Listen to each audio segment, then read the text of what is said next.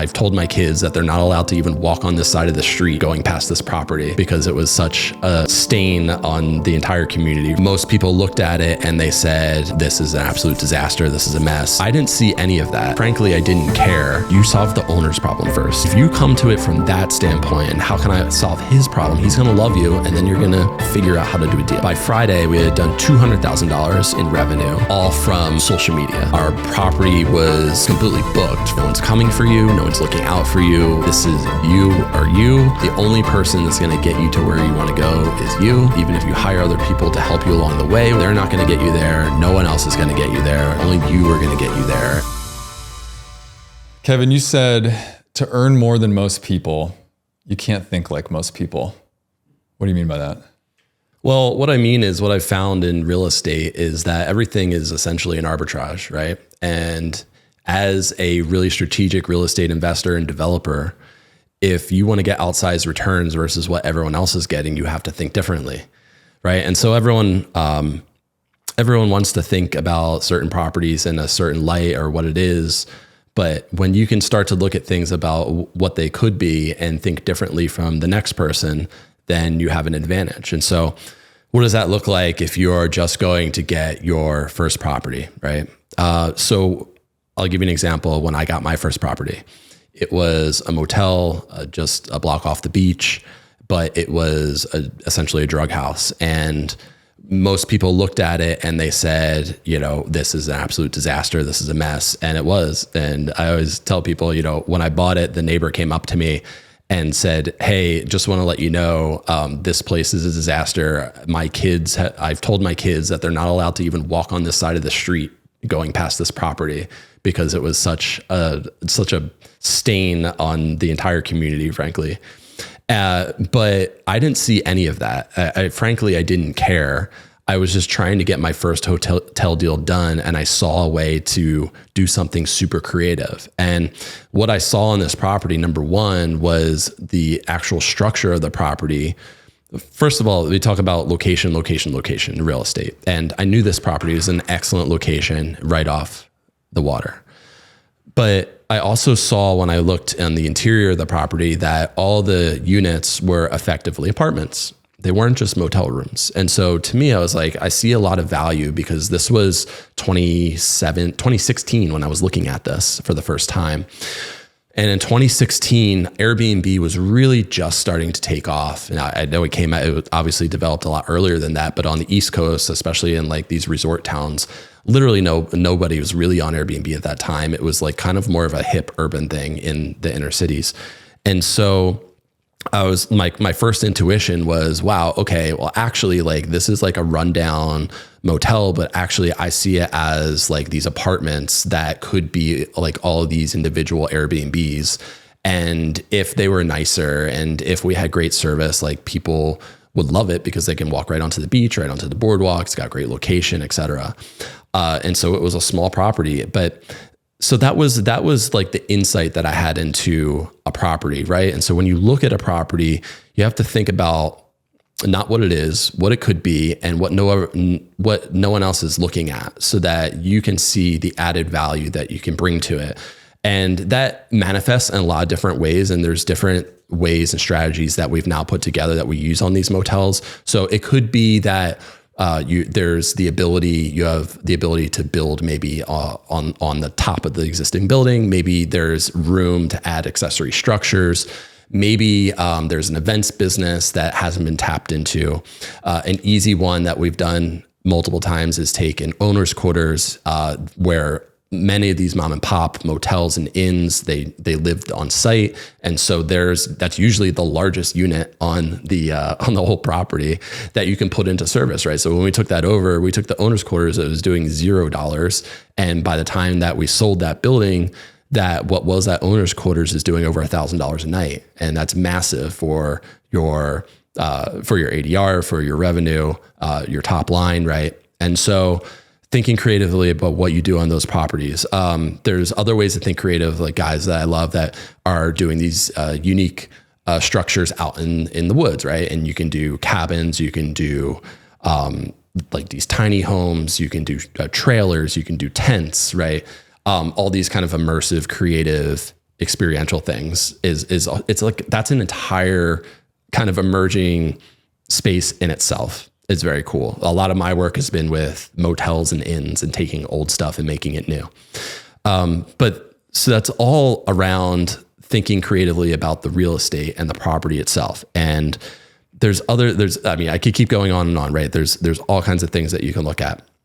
Number two is, okay, I have this creative vision for what I could do with this property, and especially when you're first starting out. But honestly, I know guys that do this on every deal, even established, is think creatively about how can I acquire this? How can I finance it? And so to go back to the first example, the first property that I bought, I had no experience, and in hotels, I had 15 years of experience in short-term rentals, but I had no experience in hotels. I didn't know what this is going to be. Airbnb was just becoming a thing. And so it wasn't really, I had a thesis about what this could become, but I didn't know where it would go. And so in thinking creatively, I was like, all right, well, I'm probably not going to get a bank loan.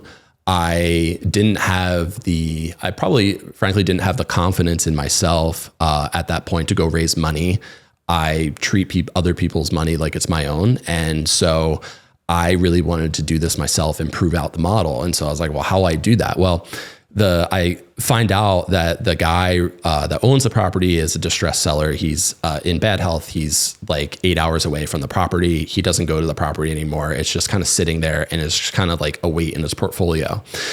He has a man managing the property, and the man that's managing the property is basically taking advantage of the owner, and he's like basically showing break even / losing money every year. And so the owner is maybe paying like his property taxes, but other than that, the owner's getting nothing out of the property that he owns. And so like, I look at that, I'm like, okay, here's an opportunity to come in and solve someone's problem, right? That's what you're doing for the owner. You got to figure out not how you can solve your problem first, you solve the owner's problem first. And if you come to it from that standpoint, and how can I solve his problem, he's going to love you. And then you're going to figure out how to do a deal. And so this is something I've learned over and over again. So with this owner, I said, hey, you have a property that's not making any money. Like I see something in it. I'm really interested. And you've got this guy who's basically stealing from you. So I was like, what if I partner with you and we do a lease agreement? And because I want to prove out this thing that I have in my mind about how this could become a really cool Airbnb building. And so I was like, I will do a lease agreement, and you'll get money from me every month. Right now you get nothing. I'll come in, I'll give you a check every single month. So you have basically nothing to lose. I'm going to improve your property at my own expense, and you're going to get a check. And like to him, he's like, oh, wow, like that sounds great. Like I've got a property, I'm making no money. Now this guy's going to pay me every month, and I literally have to do nothing, right? So it's called triple net lease. And there's different ways that you can, when you look into leasing properties, you do a single net, double net, triple net. Triple net, basically, I said, I'll take care of everything. I'll pay your property taxes. He had no debt on the property, so that makes it easy in this context. I'll pay everything, and then I'll pay for, like, I'll fix up the property. I'll paint the walls, do some furniture, etc. And so that's how you think when you're going into a property. Like, how can I solve that owner's problem, give him a better deal than he's getting now, so he walks away super happy, and we're partners in this. The second thing that I did with that is when you lease the property and I was putting some money into the property, I didn't want to like make this investment in time and money, and then all of a sudden maybe the owner says, oh, I'm going to sell it now, and then I'm screwed, right? And so the second piece of that is that you need to do a right of first refusal. Okay. And then you need to make sure that you have a purchase option, right? So you have those two work together, the purchase option agreement and the right of first refusal. And so you put those two together, and now I have some security that if this works and I'm successful, then I can go and actually buy this property. And so, like I said, when I started, I didn't want to raise capital. I wanted to bootstrap this and figure it out. So, and by the way, at this time when I'm figuring this all out, I'm an attorney. I'm walking on Wall Street. I'm like working like 16 hours a day, sleeping on my floor. And, but you know, life was getting very chaotic with that job. And at this point I was so convicted in figuring out this first deal so that I could confidently quit my job and just go figure this out. So I operate it for the first year. It becomes a hit instantly. I talk about I love bootstrapping businesses. I love like getting your hands dirty and figuring out the business and like talking to your customers and figuring it out, right? Like when I signed that lease, I hit the ground running immediately, got into the building, staged an apartment, like fixed it up a little bit, painted it, put in like some new, pillows and beds and furnishings, and did whatever I could to make it look better and more comfortable. I immediately took pictures. I immediately put an Airbnb in this within like the first week. So 2 weeks into this lease, because I need cash flow, we're already leasing out this property and money's coming in. So like, this is awesome. And the insight that I have with kind of on the marketing standpoint is I was literally one of the only properties at that time, 2017. I was one of the very few properties in our market in a coastal town that was even on Airbnb. And so that was huge. And so we got booked and we were basically sold out the entire summer, our peak season in that market. And so I did on Airbnb in the first like 3-4 months what the previous manager did times 2. 2.5. I did 2.5 times what the previous manager did in my first 3-4 months on the building. And so I was like, damn, okay, I'm onto something, right? And so I was like, okay, so I proved out my thesis. I did this. All the capital that I needed was my credit card, which is a risky thing to do as an entrepreneur, but sometimes you just need to take that leap of faith in yourself and trust yourself. And so I knew what's the worst that could happen. All right, I'll go into credit card debt and I'll figure out how to pay it off. But I think the best real estate investors are ones that create something out of nothing. Yeah. I think the best real estate investors, entrepreneurs, are the ones that create their reality. Like you said, they know how to solve the problem. Mm-hmm. And so had you dealt with creative finance before, how did you know that this was going to work? Because there's this idea of like confidence versus being delusional. Yeah. There's a lot of real estate investors or potential real estate investors that I talk to that it feels like they're like a little delusional on what they're going to be able to do with the property, right? Sure. Right. I try to go kill deals because if I can't kill the deal, then it means it's a good deal. Yeah. But other real estate investors look at something and they want to make it work under any circumstances. Yeah. Right. So how did you distinguish between confidence and delusion in creating this new asset or like rebuilding this new asset? Yeah, that's a good point because I've been working with just some private clients the last year and looking at different things and I do see people getting into deals where I'm scratching my head. I'm like, it doesn't make sense to me, right? And I see that a lot. I see that.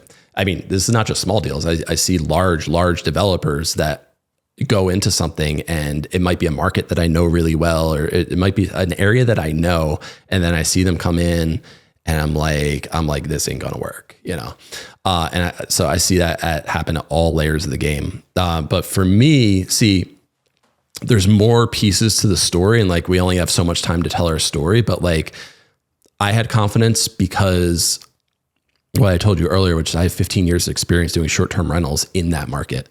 So I wasn't coming in having never done real estate, have never rented property, have never dealt with nightly or weekly guests. I'd actually done this for many years. I'd never done it in like a commercial and a hotel context, but I had a lot of on the ground tangible experience of what it means to provide good hospitality, what are hot areas of the market, what is good location. There's a lot of like those little kind of intangible skills that I had built over time from my experience in what was my side hustle with my dad for many years, which was doing short-term rental houses. And short-term rental houses that were never on Airbnb. It was a completely different layout and framework for like how you booked properties back then. You call the owner, call you, and they would book it for you. Yeah. Like, would you email or mail a photo? I mean, this is, I mean, man, I'm a nerd for like the development of hospitality over the last 25 years because it's been really interesting. And hospitality is an industry, for whatever reason, it lags behind so many other industries and, talking about technology and just different service models and things. Hotels, for whatever reason, I think it has a lot, if I were to guess, has a lot to do with the franchises. And because franchises have these big systems that they've developed a lot of time and money into, that were all hardwired into the properties, and they all work together. And then last 5-8 years, you've had all this cloud-based SaaS software come out that is super, super nimble, lightweight in the cloud. And the franchises are well, crap.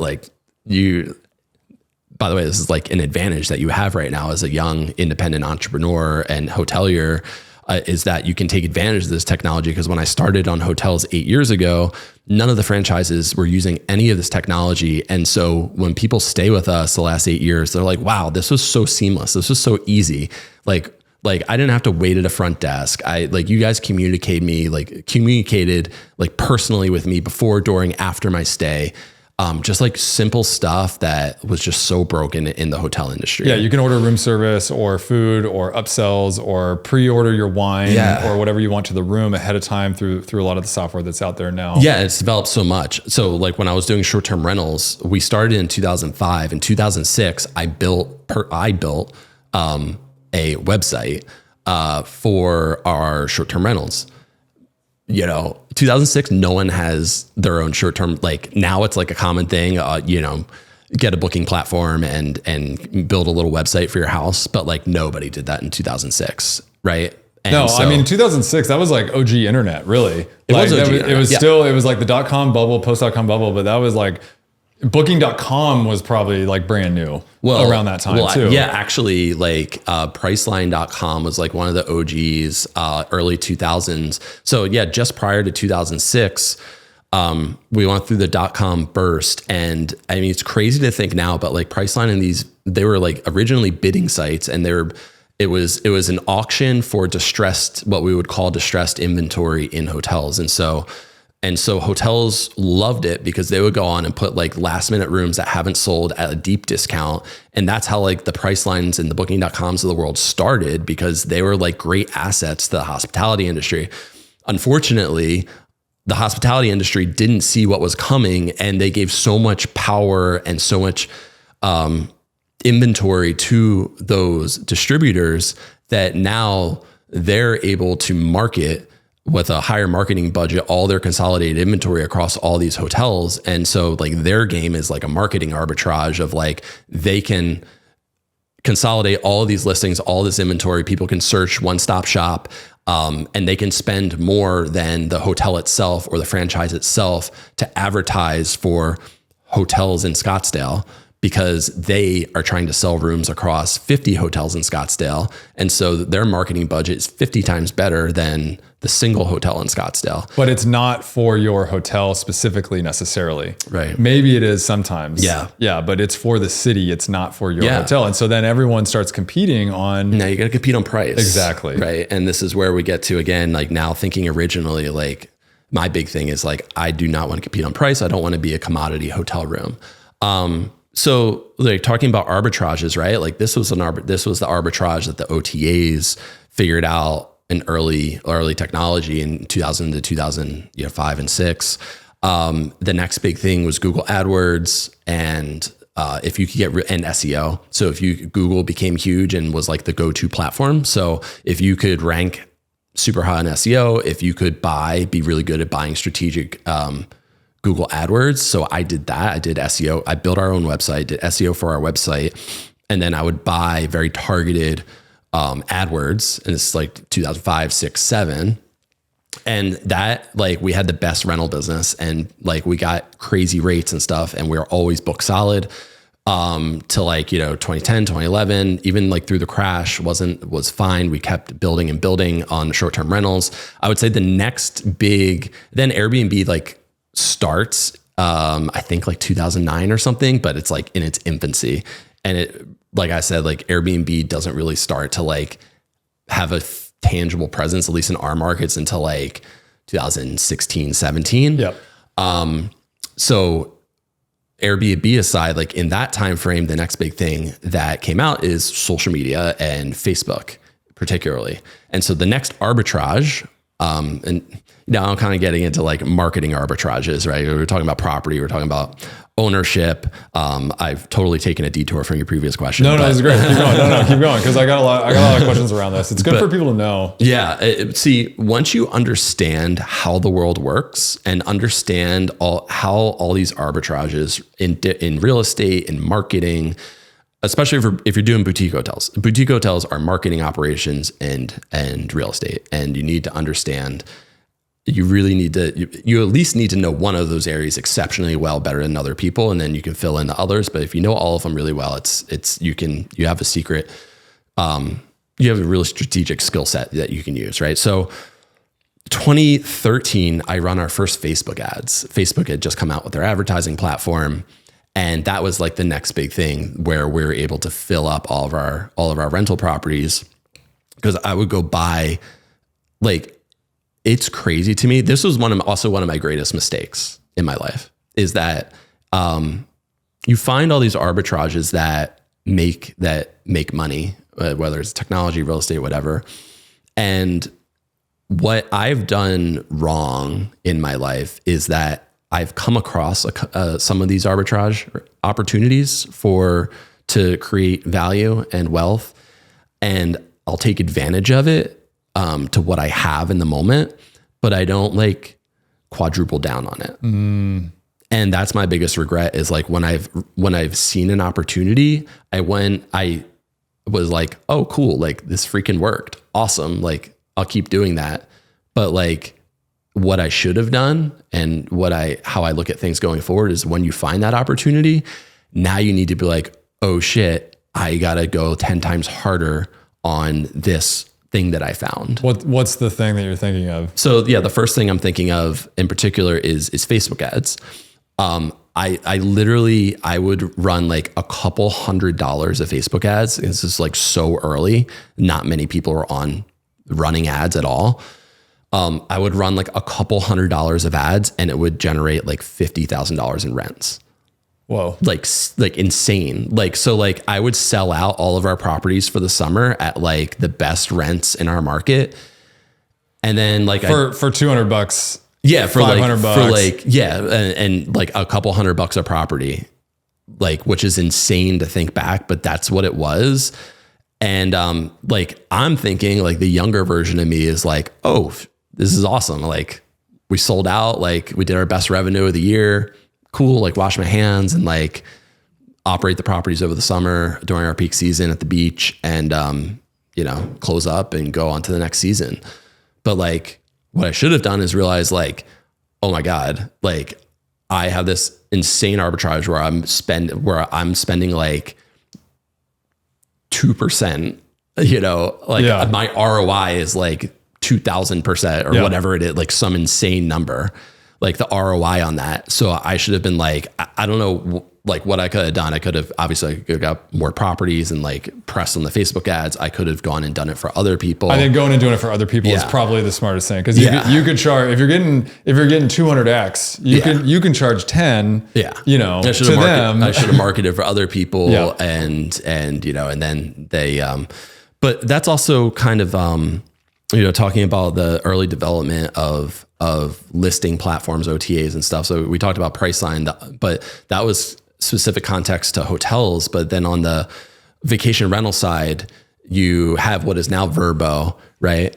But well before Vrbo, what happened was in the early 2000s, it was all these individual websites. There was like thousands of them, and they're all niche specific. So you'd have like houses in Scottsdale, houses in San Diego, houses in LA, houses in Tucson. And they're all their own individual websites and all owned by individual owners. And the model at that time, because we didn't have direct booking for houses specifically, the model was that the owners of those websites would charge like a marketing fee. It was an annual fee. You pay like $200 and you get your house listed. And then if you're an operator like me, I would figure out how to I would pay extra to like get it to the top of the listings or whatever it was. And so what happened was like, before Vrbo, like you had HomeAway was really huge. and some other platforms. And so they would go out and they would raise private equity, and they were like, well, let's just like consolidate all of these, right? So it was a consolidation play where they're able to go consolidate everything. And then you have the emergence of Airbnb and direct booking. So they consolidated all of these sites, just paid all the owners of these sites to acquire them, and then eventually introduced direct booking in a commission model. And that's when, their revenues were going from $200 for a house, right, to like $2,000, $20,000 in commissions for renting a house. And at the same time, those same companies can use like that Facebook arbitrage. They can start doing Google AdWords. They can start doing Facebook ads and take advantage of arbitrage. So that's something that, I could have done. And that's one example of like an opportunity that was missed. And so we're about to launch our hotel. I'm actually responsible for the marketing side, which I've never done before. I've studied tangentially, anecdotally, the internet for a long time. I grew up with the internet, and I've studied a lot of it, just seeing how it works. I've never implemented anything necessarily, but what is your advice for someone trying to market a hotel nowadays to maximize ROI? What's the most effective strategies? I've got my ideas, but I want to hear if they there's not a one size, and there's not a one size fits all approach. And I think it depends exactly what you're trying to market and like what the experience is. Like, for example, it's going to be a little different if you have like one of these crazy, 3-room, like panoramic glass boutiques, like perched up on a cliff on a mountain. Like that's going to have its own, like, that's very dramatic.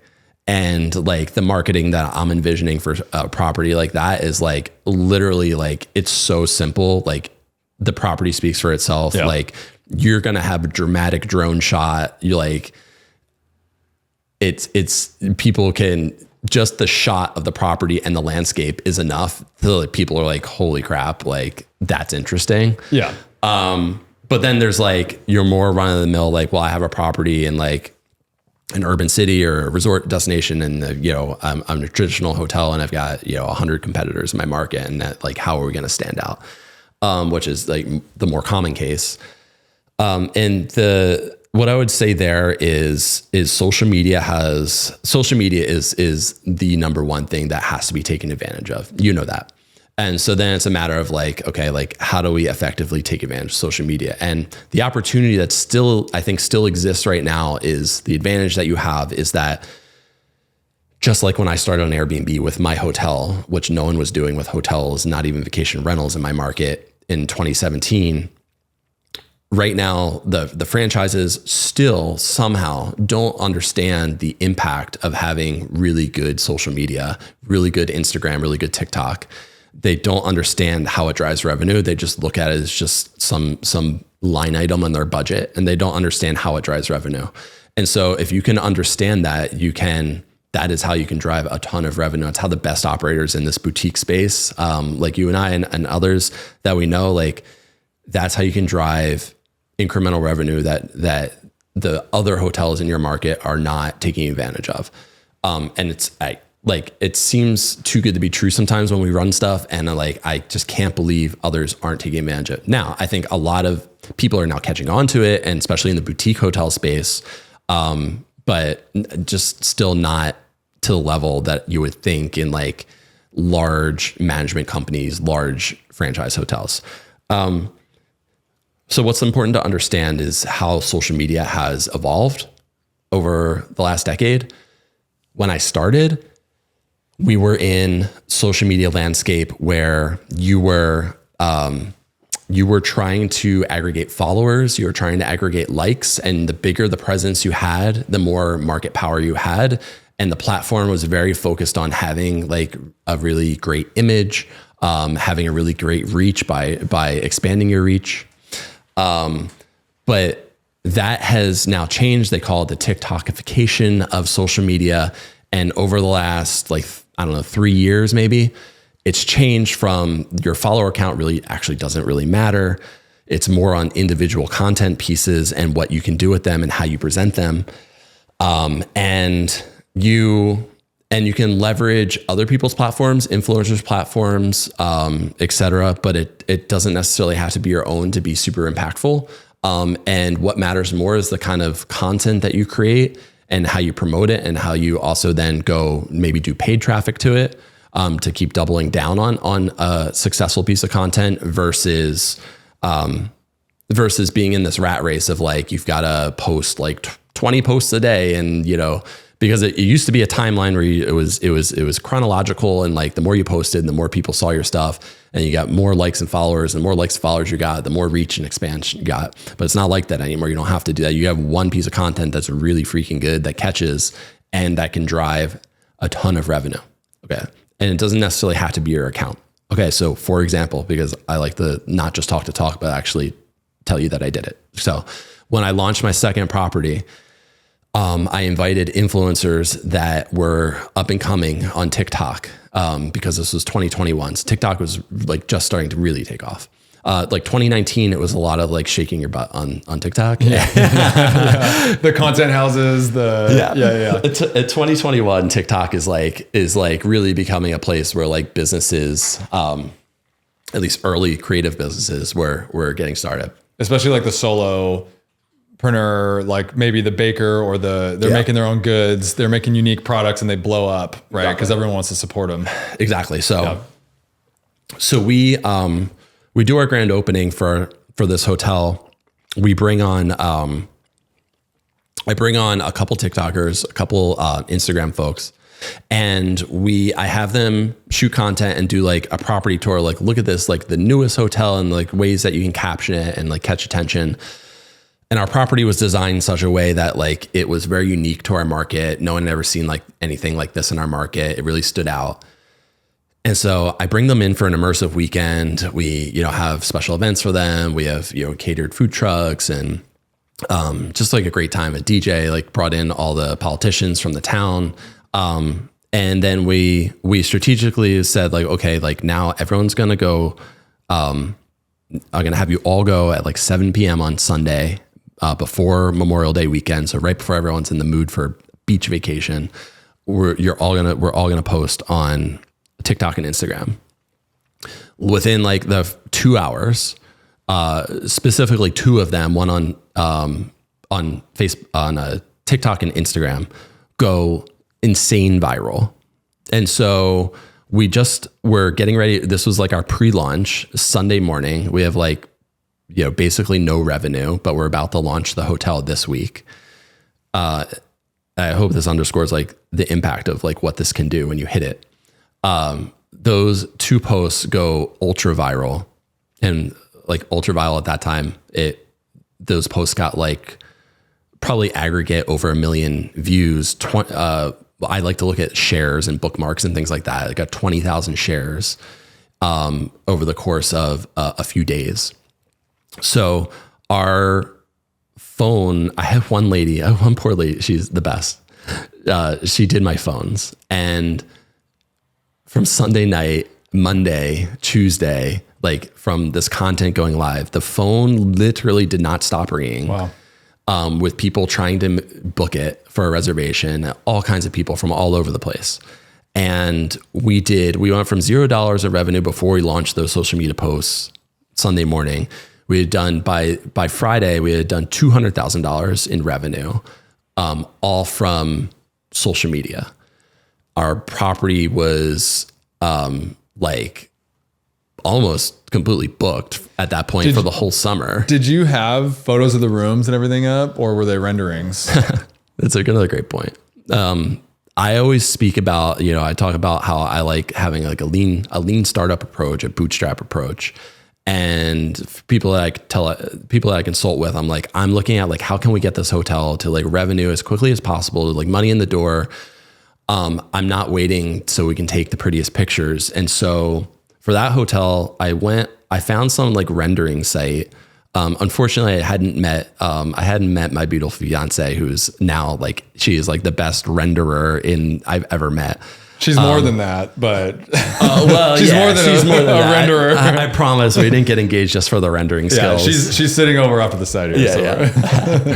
Yeah. I love you, Julia. But I didn't have floor plans because we were just like, we were doing a cosmetic renovation. We didn't need permits or anything.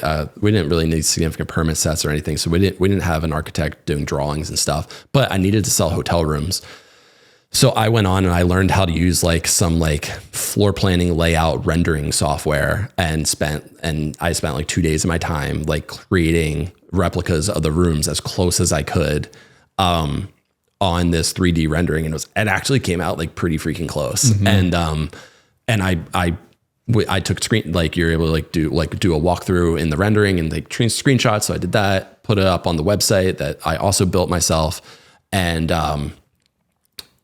that's what we used to sell the rooms. And so it was like we sold $100,000 of rooms that week off of rendering photos because we were literally just finishing the property, and social media posts of like all the hype of like, here's the property, here's the tour, like this is so cool, you got to be here.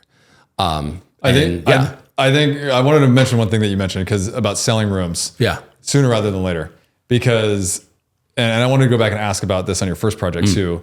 With commercial real estate, I talk about this a lot, but I always like to mention it. The value of the property is based on your net operating income divided by your cap rate. And so every day that goes by that you're not selling rooms or filling those rooms, whatever you want to call it, but every day that goes by that you're not selling rooms, you are losing that amount of days revenue, which then impacts your ability to go refinance or the valuation on the property itself. Absolutely. And then just your cash available, right? Like the longer that you're sitting vacant, the less cash you have, and you may have to go figure out a way to go. Yeah. It's one of the things that annoys me, honestly, about hotels. And it's what makes it like when you find these marketing arbitrages with Facebook ads or TikTok posts or like all these things.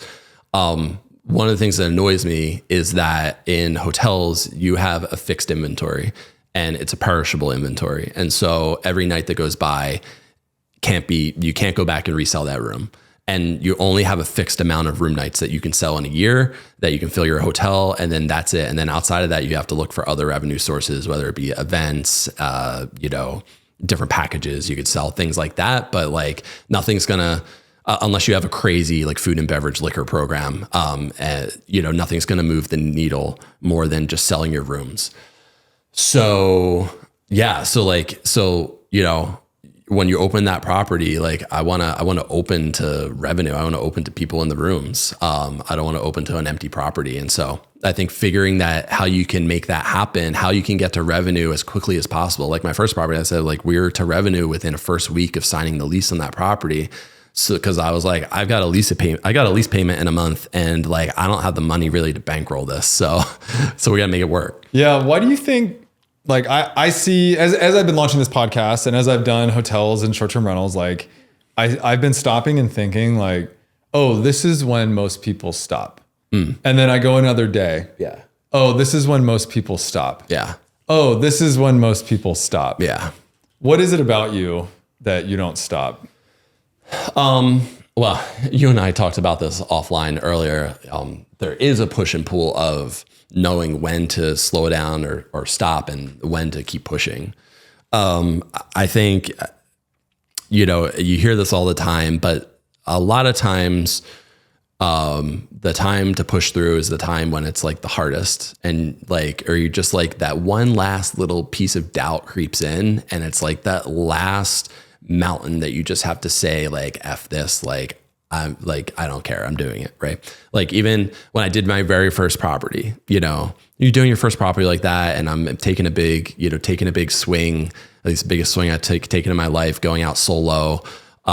Just getting the property was like a ton of work. And then there was that moment where it was like, I like drafted this agreement. I finally like got the seller to agree to everything and like needed to, and it was like time to like put up or shut up. And it was like time, like, we're going to sign this. Are going to like, am I doing this or not? And, I remember even like,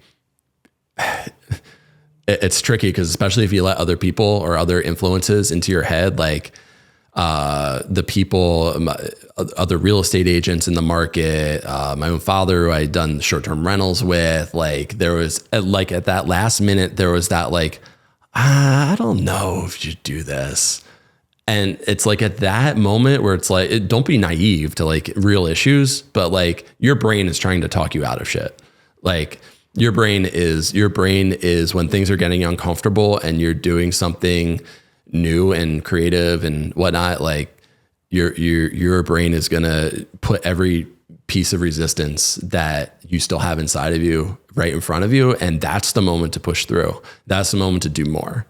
And like I said, there's moments where I should have done more, and looking back, I missed an opportunity, like I've done some great deals, for hotels myself. But there's also there's a bunch of deals that I went under contract for 5, 6 years ago. When I saw my hotel model was working, I went under contract on several more motels, and the fear kicked in. It was like, who are you to own like 6 motels? It's too much work. It's going to stretch you too thin. All the limiting beliefs, that were programmed into me. And so I ended up pulling out of several hotel deals because of your self-doubt. I would say so, because, well, it's easy to look, hindsight's 2020, but if I had moved forward with all of those deals, they all would have, I'd have a substantially higher net worth. Yeah. If I'd gone through with those deals, because I was onto something. I've also you learn a lot about your mistakes. I try to pay attention a lot to like, okay, let me look at like the decisions that I've made the last 5 or 10 years and like where have those decisions led me?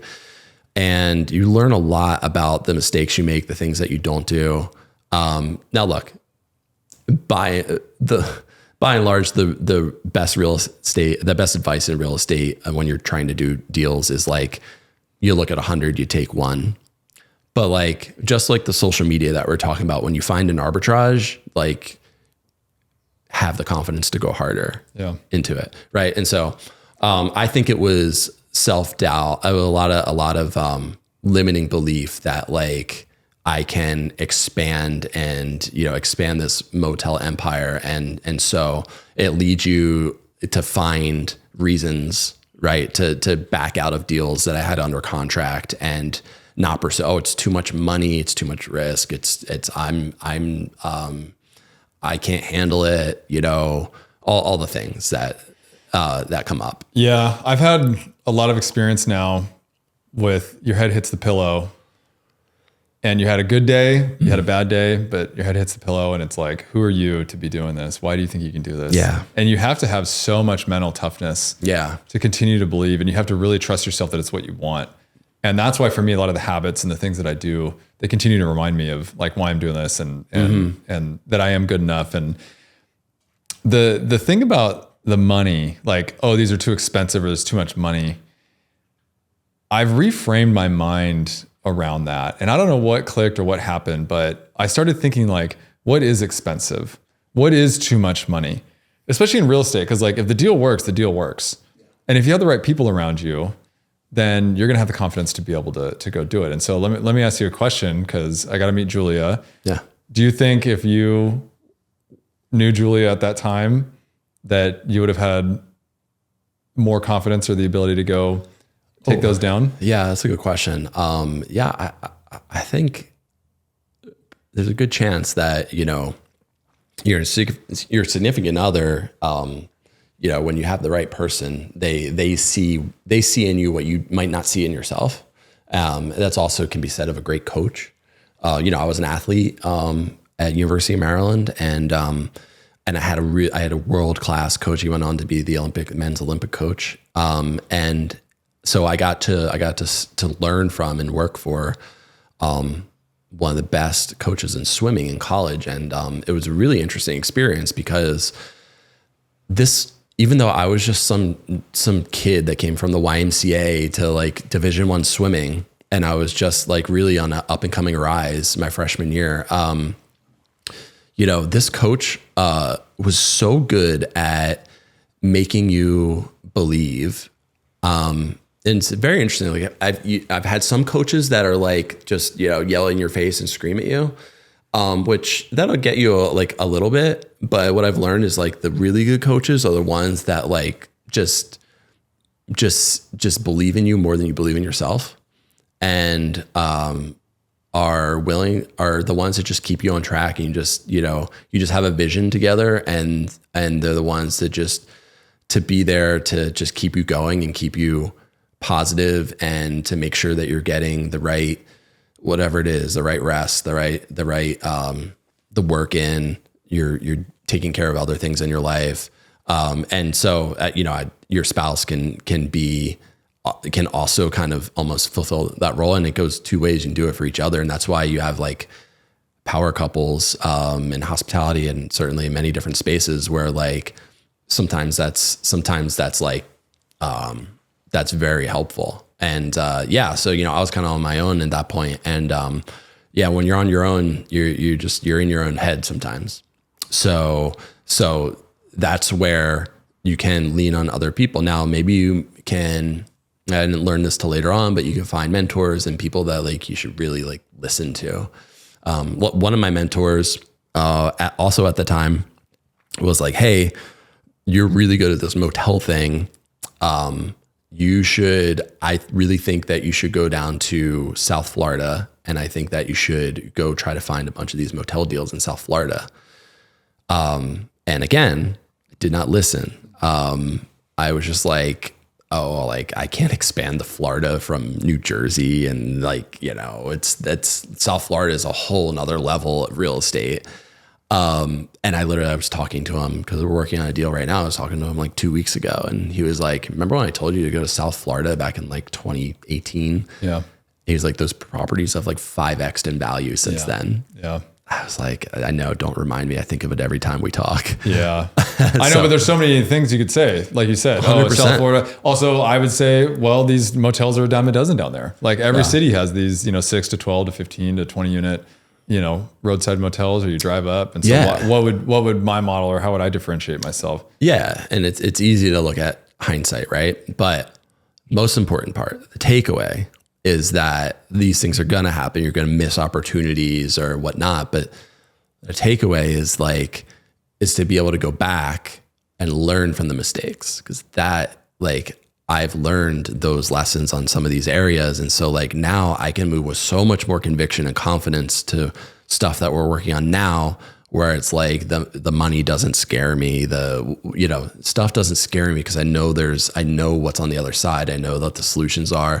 And to your point, like you're gonna look at like someone like when you're trying to think of like all these problems, and you look at like an Elon Musk, and you look at like the universe, and then you look at like humanity, and like you start looking at things on like the scale, and then you're like, what the hell who cares? Even if I really screwed up and I went bankrupt, like what would really happen? Like I'd go like sleep at like our parents for a month until we got back on our feet, and then we'd just probably go build something again. Like, what's the worst that could happen? As long as you're alive, like, do you really have problems? Like, do you like, are these doubts really valid? Because like, there's a whole freaking universe that we don't even understand out there. Yeah. And I mean, if we get too far out, it's like, well, why do we even do any of this at all? But then, then you just want to go live on a beach, but then that's not fulfilling either. Right. So I think where I come back to when I start thinking about that stuff is like,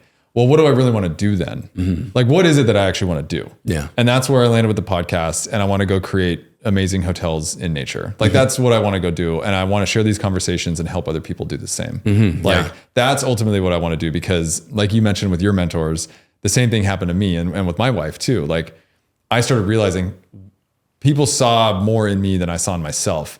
And I started recognizing that and believing it and seeing it and being like, oh, and then I started seeing it myself. And then that's when I got the confidence to go do more things on my own. Yeah. And like step out and then really not care what other people have to think of me either. Yeah. That to me, that's like the first step that anybody could take, is like shed this fear of what other people think of you.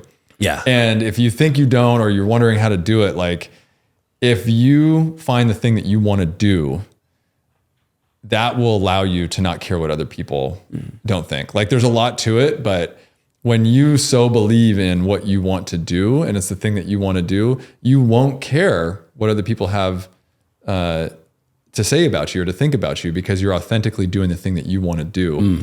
And when you do that, that should help you unlock the fear of judgment of others. Oh yeah. I mean,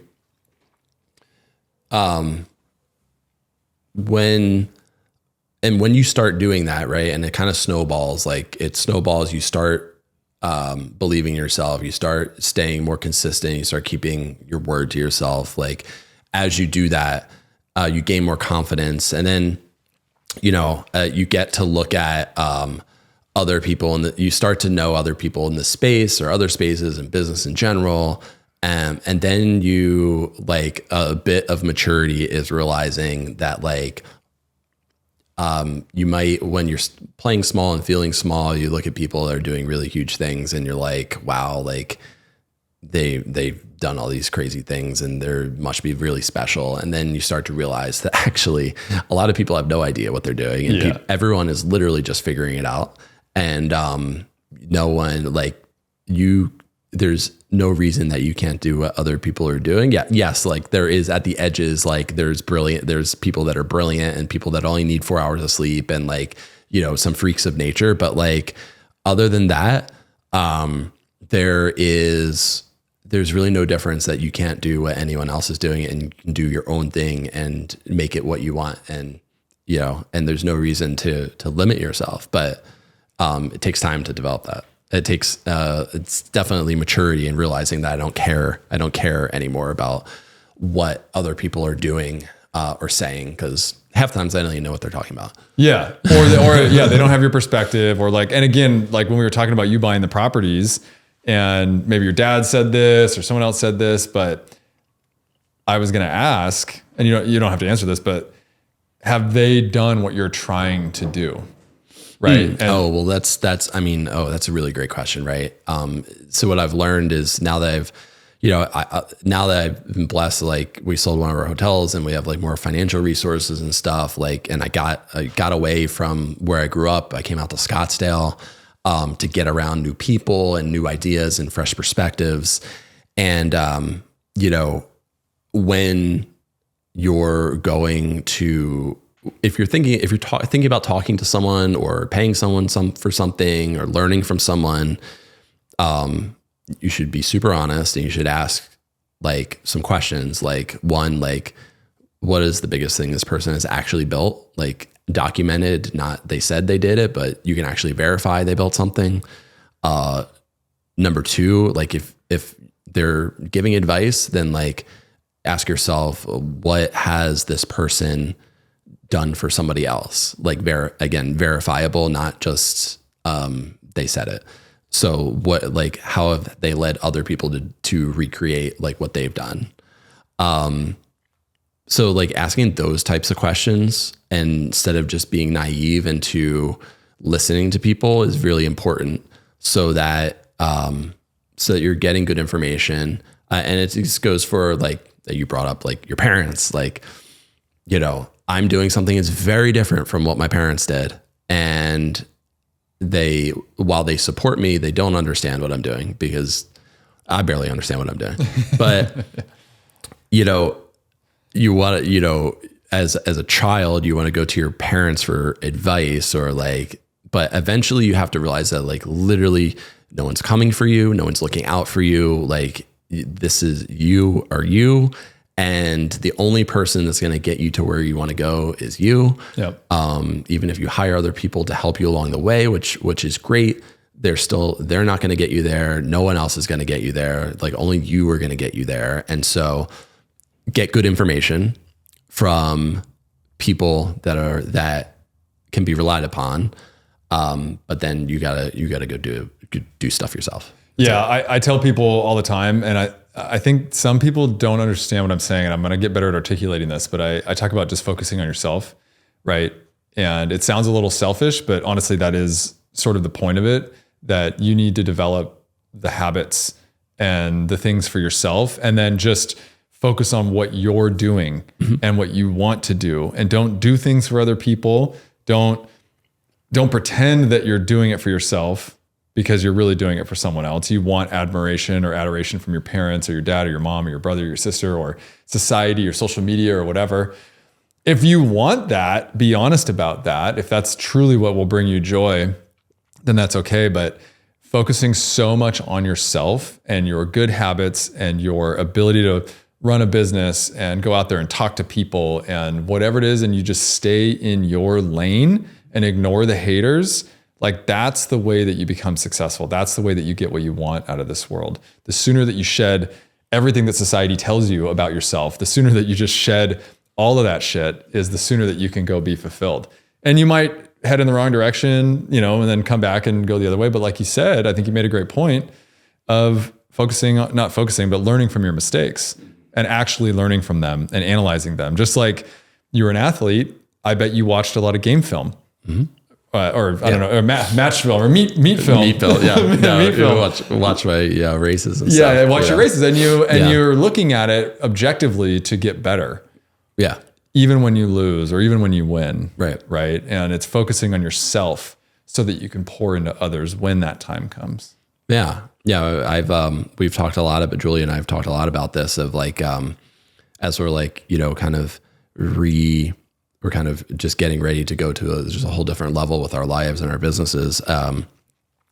We were having a conversation about how like when you're in school or when I was an athlete, like sometimes it's easier because you have a set path and it's intuitive. Like, yeah, of course I'm going to have a coach. Of course I'm going to like go practice. Of course I'm going to watch film. Of course I'm going to like eat this diet because like this is what you have to do to like be successful in this space. And then as we get older, we start to abandon those things and we start to let other things, perceived, you know, whatever it is, perceived responsibilities, things that you think you should be doing or not doing as an adult. And, all these things creep in when you go out into the big scary world in your 20s and 30s. And then, I think it's probably like a lot of men have like a midlife crisis at like 40 years old because like you've now accumulated, like you've went from these very structured environments, in growing up until say your early 20s. And then all of a sudden, you're whatever you want to be, and you can get super lost. And I think a lot of people get super lost and you have a midlife crisis. And then all of a sudden you're like, oh my God, what did I just do for the past 20 years? I totally agree. I think the millennial generation is coming of that age. And I think that's one of the big crises that we're going to face is everyone built their lives around what they thought they were supposed to do. They've got kids, they've got spouses, they've got 2 car payments, they've got a mortgage, they've got a job that the wages are not going up. They haven't built skills. They got a big belly. Like they don't go lift weights. They don't take care of themselves, and they're looking around and like, oh, this is it. Yeah. And then who are they supposed to go look to for help and support? I think that's also part of the reason a lot of the division that we've had in the country too is just people frustrated with their own situations. And I think, especially as millennials, we were all promised something, which, you know, we can't bank on that. We can't do anything with that. But I think going through a couple of recessions and all that, I think people's lives have not turned out how they thought they were going to turn out. Oh yeah. I mean, especially, so we can tie a few things together here. One, taking other people's advice. So, you know, us as millennials, take advice from our parents who were a very different generation, different time. I'm like one of the most educated people ever, right? I went to undergrad, then I went to law school, got a law degree, got barred in New York and New Jersey, and like a certificate thing from Wharton. I've spent many hundreds of thousands of dollars on education, on formal, traditional education. Was told or at least perceived that being rich meant becoming a finance attorney and going and working with the biggest banks in New York.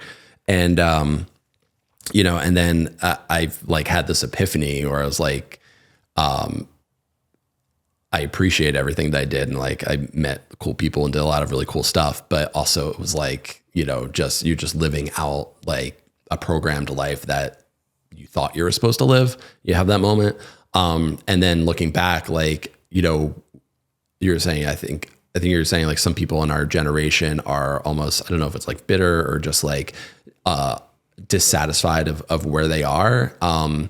And I think it's because like we created this, however this structure developed in the last 20, 30 years, like education is like stupid expensive. And now knowing what I know now, like, and having, I mean, seriously, you can go on YouTube and like get an education on YouTube that's better than half the people that I, professors that I probably, spent tens of thousands of dollars learning from. Or you can go find, if you want to do something, like go find mentors. I mean, it's just crazy to me. Like is a tangent, but it's just crazy to me. Like college could be like $200,000 in 4 years of your life. And like, if I had to do it again, if I like rewound knowing what I know now back to like being 18 years old, like I would go work for someone super cool. Like take those years to like just learn from people, and like almost like rewinding all the way before we had this higher education system, all the way back to like the days of apprenticeships and stuff. Like I think that's so much cooler and so much more helpful, frankly, than like going into the problem is like people are going to massive debt and interest rates are crazy, and it's just like completely unsustainable. And it's, puts a lot of people into a bind. A lot of lawyers don't, like, I had the fortune to be able to get out. A lot of my peers did not leave because they have golden handcuffs. They've spent $300K on a law degree, and they have to go work for a large firm and have a $300,000 to $700,000 a year salary, because leaving and having that debt hanging over your head, not knowing what comes next, is very difficult. And you invested all that time into getting it. And what a lot of people don't realize, because I went to college around the time that prices started to really go up. And what it was there was the federally backed student loan programs that essentially guaranteed you were going to get college paid for. Yeah. And then the colleges are like, oh, there's this guaranteed government money coming in. Yeah. So we're going to raise tuition and fees every single year. And for basically 20 years, that's what they've been doing. Yeah. And then the government has been guaranteeing and backing these loans for students. And so colleges are like, oh yeah, we're making more and more money. And then the students are the ones that suffer, just because that's how we're supposed to go get jobs. And there's nothing wrong with going and having a job. There's nothing wrong with going and doing that. We need people to have jobs. Not everybody can be an entrepreneur. Yeah. Right. We're going to see what happens over the next 20 years. Because I think Gen Z has said, oh, I want to be a gig worker. I want to be an entrepreneur. I want to be a YouTuber. I want to be a content creator, whatever. So we're going to see more individual like solopreneurs and gig workers across all industries. I think there's going to be more like contract workers than stable employees, but we do need the stability in our economy of people working regular jobs, which is what college is really useful for, and doctors and lawyers. But you invested all your time and money into the law degree, so you can't just leave. And then I'm sure there's a lot of keeping up with the Joneses, societal pressures, right? And so it's this weird trap that we've allowed everyone to get into. So yeah, I mean, you start living that life in New York City, and like you said, keeping up with the Joneses, it catches up. It just gets crazy, and you just have to earn more and more. Your lifestyle gets more and more and more expensive, versus now, now I have more money, and I'm just like getting rid of crap. Like I'm at a point where like, things like stuff around me is distractions, is just stuff that I don't want, And so I've done a lot of, now the more money I've had, the more shedding I've done of just like, I don't need stuff. we today are closing on selling our house that we lived in for over 10 years. It's a great location, almost waterfront in Washington and Kirkland. It's the city that everybody wants to live in. And we said, we're never going to sell this place. And then we started talking about what we're going to do. And I want to hear you guys talk about, Julia's not on the podcast, but yeah, she's over there. She will be, but I want to hear you talk a little bit about this too, because we're in the same phase of we're going through and we're selling off properties, because I want to slow down a little bit. Because like you said, you wanted to go harder on some things. Man, we went hard. Low interest rates, Airbnb. We went so hard for 5 years. And I said, I'm never going to sell any of these properties, because that's what everyone's told me is the way that you get rich in real estate. Pay down your mortgage, And then I started doing the math. I'm like, well, no, we can sell these. We could like live really well for a long time, and we can reinvest when we decide that we want to, and we can slow down a little bit. Whoa, like that was a huge mindset shift. And so when I when it finally clicked in my mind, I was like, oh yeah, I'm okay getting rid of all this stuff. Because the other reason why is abundance mindset. I can go acquire more. I know how to make money. I know how to go raise money. I know how to go do this. So when I'm ready to go get back on that horse, I'm going to be able to go do that. But I had to grind it out. I had to go for it as hard as I could. But looking back now, it's like, oh man, I wish I would have done a little differently. Gone bigger, actually, bigger properties, bigger assets. So instead of focusing on what I thought I could afford versus what I could have based on what I know now. Exactly. But, yeah. But you learn now. It's a lesson that is ingrained in you that you're going to take for when you do the next thing. That's right. But yeah, I mean, we've, when we sold our hotel last year, traditional advice might have been like, I don't know, go like buy a house and settle down or something. But like we've talked about, like, I just have, at least in the near term, I was like, I've never owned a house. I've owned more hotels than I have houses. I have no interest in owning a house like anytime soon. Because like houses are like, honestly, just, I know you can, it is all debate. Like, yeah, you can make some equity in the house, maybe blah, blah, blah. Like, but like at the end of the day, it's not going to move that needle very much. And it, very much more likely is going to become a whole bunch of distractions. I mean, we rented a house for a little bit when we first came out in Scottsdale, and it's like, we didn't even own the thing, but it's like, oh, we've got to like take care of the backyard, and we're like, take the trash and like do all, and like, then, something's leaking and we change the air filters, and you just like, and then we have housekeepers come and like clean all this space. We don't even use half of it. And like, it's just like all this stuff. And I'm like, I just want to focus on like what, like we really want to focus on and be like really like deadly at that. Right. So we want to focus on our hotels and like focus on like our client stuff that we're working on, and be able to like dedicate, and then like free time, I want to dedicate it to my wellness. I want to dedicate it to like being able to educate myself and like, take myself to a new level. And I don't want to be distracted with a bunch of nonsense. And so that's how we kind of viewed like having a personal residence. We're just like, just there's no reason for it right now. At a certain level of when we get to a certain level, then we'll say, well, we can have people take care of these things and maybe it won't be as much of a burden. But right now, this is what stage we're at, and we just don't want the distraction. I want people to hear what you just said, because when I talk about this stuff with people, they kind of think I'm like crazy. Yeah. But if you're spending half your day doing the lawn, getting the mail, doing the dishes, cooking, cleaning, like whatever it is you're doing at the house, it's too much. You're not like, you should be doing what you actually want to do with your life. If all you're doing is taking care of your house and taking care of errands and chores and all that, that is not your life. Like, go do what you want to do.